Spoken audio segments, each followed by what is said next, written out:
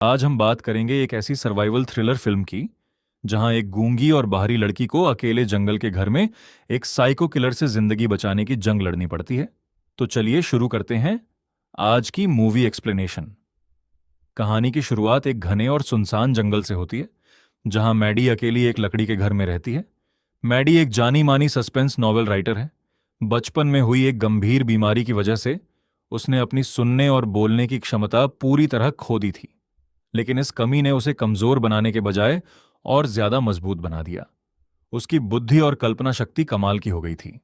नई किताब लिखने के लिए प्रेरणा पाने की खातिर मैडी शहर की भीड़भाड़ से दूर इस जंगल में आकर रहने लगी थी। उसके साथ सिर्फ उसका पालतू काला बिल्ली का बच्चा रहता था, जिसका नाम था ब्लैकी। एक शाम उसकी सबसे अच्छी दोस्त सारा हमेशा की तरह उससे मिलने आती है। दोनों इशारों की भाषा में बातें करती हैं।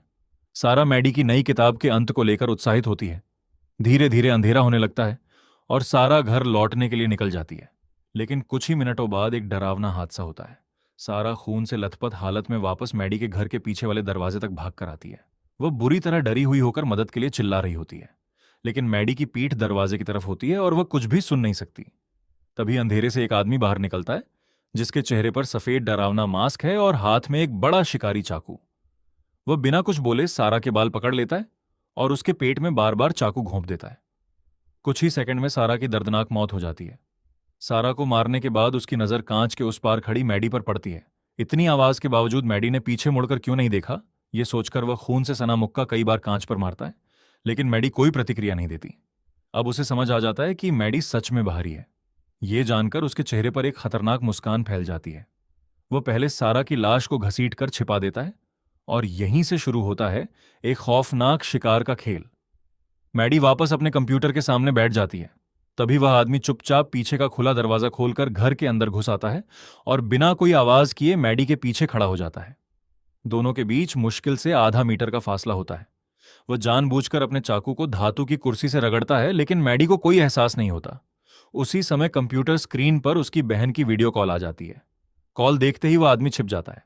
मैडी की बहन को लगता है कि मैडी के पीछे कोई काली परछाई गुजरी है, लेकिन मैडी मुस्कुराकर कहती है कि शायद उसकी बिल्ली शरारत कर रही होगी। कॉल के बाद वह बिल्ली को ढूंढती है, लेकिन वह कहीं नहीं मिलती। कुछ देर बाद मैडी के फोन पर कुछ तस्वीरें आती हैं।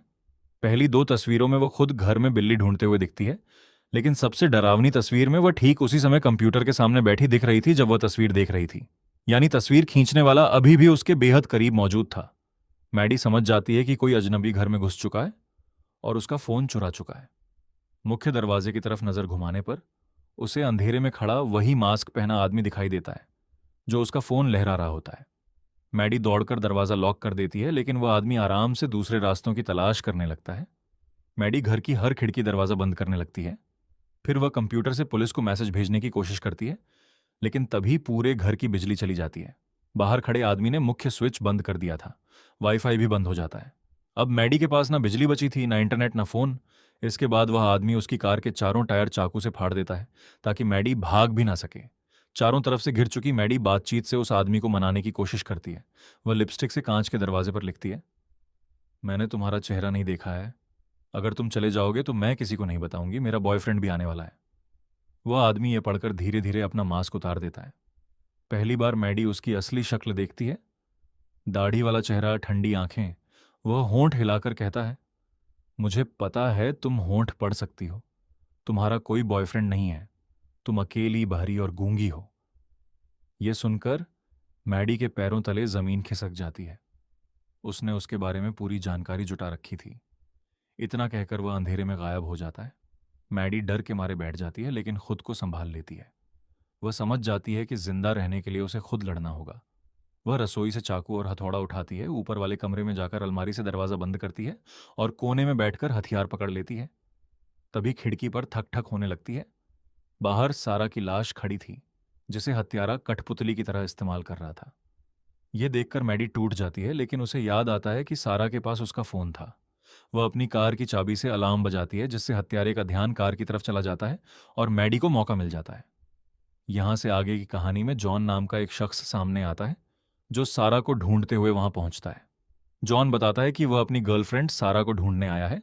हत्यारा खुद को पुलिस ऑफिसर बताकर झूठी कहानी सुनाता है कि उस पर किसी अज्ञात आदमी ने हमला किया और उसका फोन, बटुआ, पिस्तौल सब छीन लिया। वह जॉन से फोन मांगता है और जॉन भरोसा करके फोन दे देता है। लेकिन तभी हत्यारे की जेब से कुछ गिर जाता है, सारा की बाली, जो जॉन ने खुद उसे गिफ्ट की थी। जॉन तुरंत समझ जाता है कि सामने खड़ा आदमी हत्यारा है। हत्यारा अपने भारी जूते से मैडी की उंगलियों पर पैर रख देता है। हड्डियां टूटने की आवाज गूंजती है। दर्द से मैडी का पूरा शरीर कांप जाता है, लेकिन आवाज नहीं निकलती। वह होंठ हिलाकर कहता है, अब यह खेल खत्म होने वाला है, मैं अंदर आ रहा हूं। मैडी हार नहीं मानती। वह अपने घायल हाथ से खून से कांच पर बड़े अक्षरों में लिखती है, डरपोक। यह पढ़ते ही हत्यारा गुस्से से पागल हो जाता है और लोहे की रॉड से दरवाजे पर वार करना शुरू कर देता है। मैडी समझ जाती है कि आखिरी मुकाबला करीब है। वह कंप्यूटर पर हत्यारे का हुलिया लिखती है, लंबा, गोरा, दाढ़ी वाला, दाएं कंधे पर तीर का घाव, बाएं हाथ पर हथौड़े की चोट, ताकि अगर वह मर जाए तो पुलिस को जानकारी मिल सके। फिर अपने परिवार के लिए संदेश लिखती है, मैं आप सबसे प्यार करती हूं, अगर मैं मर जाऊं तो याद रखना मैंने आखिरी पल तक लड़ाई लड़ी, मैं डर कर नहीं मरी। इसके बाद वह चाकू लेकर बाथरूम में छिप जाती है। हत्यारा दूसरे रास्ते से चढ़कर खिड़की से अंदर घुस आता है और चुपचाप बाथरूम तक पहुंच जाता है। मैडी को उसका अंदाजा नहीं होता क्योंकि वह सुन नहीं सकती। जैसे ही वह मैडी की गर्दन के पास झुकता है, उसकी गर्म सांस मैडी की गर्दन से टकराती है और मैडी का शरीर खतरा भांप लेता है। वह तुरंत पलटकर चाकू उसके घुटने में घोंप देती है। हत्यारा दर्द से चीखता है और मैडी मौका पाकर बाहर भागती है, लेकिन बुरी तरह घायल होने की वजह से वह गिर पड़ती है। हत्यारा भी घायल होकर लंगड़ाते हुए उसकी तरफ बढ़ता है। तभी मैडी की नजर एक कीटनाशक स्प्रे पर पड़ती है। वह पूरी ताकत से उसे हत्यारे के चेहरे पर स्प्रे कर देती है। दर्द से तड़पते हुए उसके हाथ से चाकू छूट जाता है। मैडी तुरंत एक हाई वॉल्यूम स्मोक अलार्म बजा देती है, जिसकी तेज आवाज का मैडी पर कोई असर नहीं होता। उसकी सबसे बड़ी कमजोरी ही उसकी ताकत बन जाती है। लेकिन हत्यारा शारीरिक रूप से ज्यादा ताकतवर था। वह मैडी पर झपट कर उसका गला दबाने लगता है। मैडी की सांसें फूलने लगती हैं, आंखों के आगे अंधेरा छाने लगता है। तभी उसकी उंगलियां एक मेटल वाइन ओपनर से टकराती हैं। बिना एक पल गंवाए वह उसे उठाकर सीधे हत्यारे की गर्दन में घोंप देती है। खून तेजी से बहने लगता है और कुछ ही पलों में हत्यारे का शरीर निढाल होकर गिर जाता है। आखिरकार वह साइको किलर, जो लोगों को मारने में मजा लेता था, उसी लड़की के हाथों मारा जाता है जिसे वह सबसे कमजोर समझ रहा था। मैडी धीरे धीरे उठती है, हत्यारे की जेब से अपना फोन निकालती है और कांपते हाथों से 911 पर कॉल लगा देती है। बोल न पाने की वजह से वह कॉल चालू छोड़ देती है ताकि दूसरी तरफ के लोग समझ सकें कि कुछ गंभीर हुआ है। फिर वह घायल शरीर को संभालते हुए घर से बाहर निकलकर सीढ़ियों पर बैठ जाती है। वही जंगल था, वही रात थी, वही खामोशी थी। लेकिन अब उस खामोशी में डर नहीं, सिर्फ सुकून था। फिल्म का यही संदेश सबसे ज्यादा असर छोड़ता है। जब दुनिया आपको कमजोर समझे, जब हर रास्ता बंद नजर आए, तब भी हार मान लेना जरूरी नहीं होता। मैडी ने आखिरी पल तक लड़ाई लड़ी और इसी वजह से वह जिंदा बच पाई। दोस्तों, अगर आपको यह मूवी एक्सप्लेनेशन पसंद आया हो तो वीडियो को लाइक जरूर करें और चैनल को सब्सक्राइब कर लें ताकि ऐसी ही और मूवीज की कहानियां आपको मिलती रहें। मिलते हैं अगले वीडियो में, तब तक के लिए धन्यवाद।